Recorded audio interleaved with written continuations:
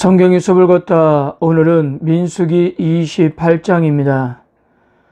이제 보게 될 민수기 28장과 29장은 땅 분배를 위한 인구조사를 마치고 또한 차세대 지도자를 세운 후 약속의 땅에 들어가서 드려질 제사와 절기들을 기록하고 있습니다.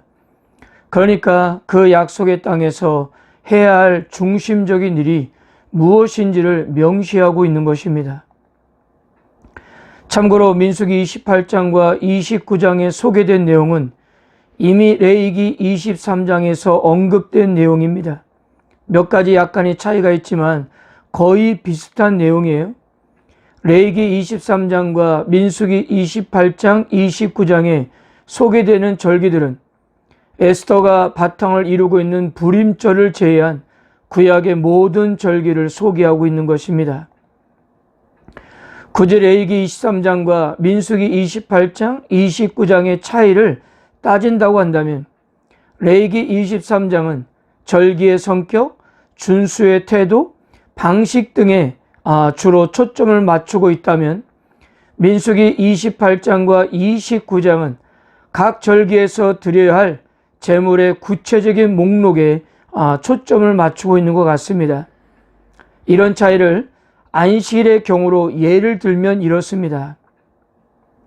레위기 23장 3절 엿새 동안은 일할 것이요 일곱째 날은 쉴 안식일이니 성의 날이라. 너희가 아무것도 하지 말라. 이는 너희가 거주하는 각처에서 지킬 여호와의 안식일이니라. 민수기 28장 9절에서 10절입니다. 안식일에는 1년 되고 흠없는 순양 2마리와 고운 가루 10분의 2에 기름 섞인 소제와 그 전제를 드릴 것이니 이는 상번제와 그 전제 외에 매 안식일의 번제니라. 레위기 23장에서는 안식일을 특별하고 거룩한 날이라고 강조하고 있는 반면 민수기 28장에서는 안식일에 드려질 제물에 대한 구체적인 정보에 대해서 이렇게 초점을 맞추고 있는 것입니다.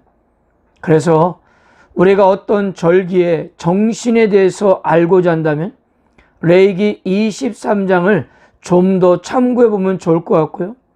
해당 절기에 드려질 제물에 대한 정보를 알고자 할 경우는 민수기 28장과 29장을 참조해 보면 좀 더 쉬울 것 같습니다. 1절, 2절입니다. 여호와께서 모세에게 말씀하여 이르시되 이스라엘 자손에게 명령하여 그들에게 이르라. 내 헌물, 내 음식인 화제물, 내 향기로운 것은 너희가 그 정한 시기에 삼가 내게 바칠지니라. 새로 세워져 가는 엘르아살의 제장직과 여호수아의 리더십에 관한 이야기는 민수기 27장까지 점진적으로 부각되어 왔습니다. 이어지는 민수기 28장에서는 약속의 땅에서 이루어질 예배에 대한 말씀입니다. 무엇을 말하려고 하는 것일까요? 여호수아와 엘르아살은 새로운 이스라엘의 지도자와 대제사장으로서 그들의 주요 임무는 우선적으로 예배를 준비하고 집행해야 한다는 것을 말씀하고 있는 겁니다. 그렇다면 결국 하나님께서 이스라엘을 약속의 땅으로 인도하신 이유는 하나밖에 없는 것입니다. 그것은 바로 예배를 위해서입니다. 처음 모세가 애굽에서 노예 생활하고 있는 이스라엘을 구원하려고 할 때 제일 먼저 바로 왕에게 가서 했던 말도 하나님께 예배를 드리려고 하니 광야로 가기를 허락해 달라는 것이었습니다. 이처럼 이스라엘의 존재와 그와 관련된 모든 생활은 하나님을 예배하는 것으로부터 시작되었던 것입니다. 3절에서 8절까지 매일 아침과 저녁에 드리는 상번제 제사에 대해서 이렇게 설명하고 있고요. 9절에서 10절은 안식일마다 드려지는 제사, 11절에서 15절은 매월 첫날에 드리는 초하루 제사에 대해서 말씀하고 있습니다. 그리고 16절부터 31절까지는 매년 지켜야 할 절기에 대한 규례를 이렇게 설명하고 있습니다.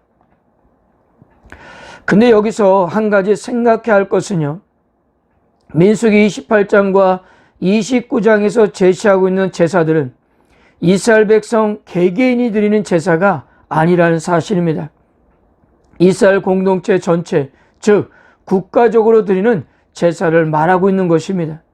그러므로 아침과 저녁, 안식일, 조화로, 그리고 각 절기들은 꾸준히 지속적으로 어떠한 경우라 할지라도 항상 빼놓지 않고 드려야 했던 것입니다. 그리고 여기에 소개된 절기와 일상에서 드리는 제물을 계산해 보면 이스라엘은 매년 최소한 수소 113마리, 순양 32마리, 새끼양 1086마리, 1톤 이상의 밀가루, 1000병 이상의 올리브유와 포도주를 드렸습니다. 이것 외에도 개개인이 드리는 것과 특별한 날을 다 포함하면 이스라엘은 매우 풍요로워야 했습니다. 그러므로 이스라엘의 제사 제도는 하나님께서 이스라엘이 이렇게 드리더라도 궁핍하지 않을 정도로 축복하실 것이라는 것을 이렇게 암시해주고 있는 것입니다. 구약에서 드렸던 제사는 현재 우리에게는 예배를 할 수 있습니다. 구약의 제사와 신약 예배의 공통점은 모두 하나님 앞에 나아가는 믿음의 행위라는 점입니다.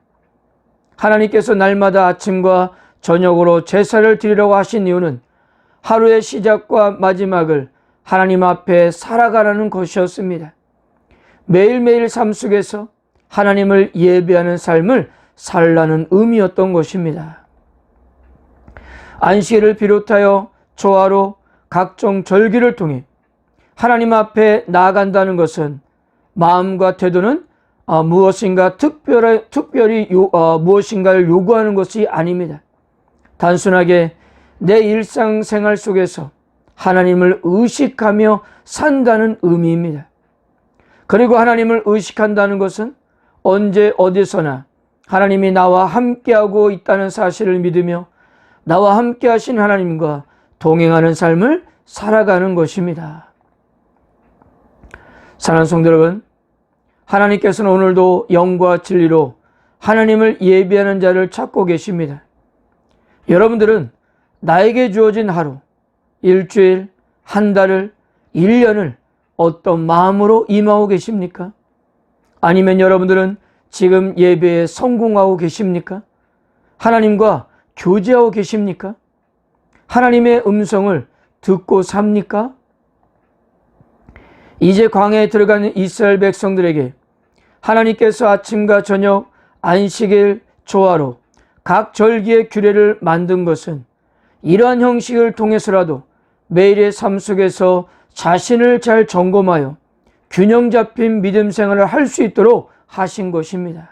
그러므로 이 예배는 하나님의 백성들에게 너무나도 중요한 것입니다. 오늘도 이것은 동일하게 적용할 수 있습니다. 하나님이 허락하신 삶의 자리가 여러분들의 1차적인 소명의 자리입니다. 가정과 직장과 사업장이 저와 여러분들의 주어진 사명의 자리입니다. 그 자리, 그 장소에서 매일매일 하나님을 예배하는 삶을 사는 것입니다. 그리고 함께 부르심을 받은 성도들이 다 함께 모여 하나님을 예배하는 것입니다. 일상생활 속에서 우리가 하나님을 예배할 수 없다면 우리들의 마음은 세상 것으로 가득 차게 될 것입니다. 그렇다면 우리들은 하나님을 잊은 채 하루를, 일주일을, 한 달을, 1년을 그렇게 살아갈 것입니다. 사랑하는 성도 여러분, 여러분들이 어떤 상황이라 하더라도 다시금 예배의 자리로 돌아오시기를 바랍니다. 하나님께서는 우리의 예배를 받으시고 오히려 우리의 삶을 아름답게 인도해 주실 것입니다. 다시 한번 예배에 승리하시기를 주님의 이름으로 축복합니다.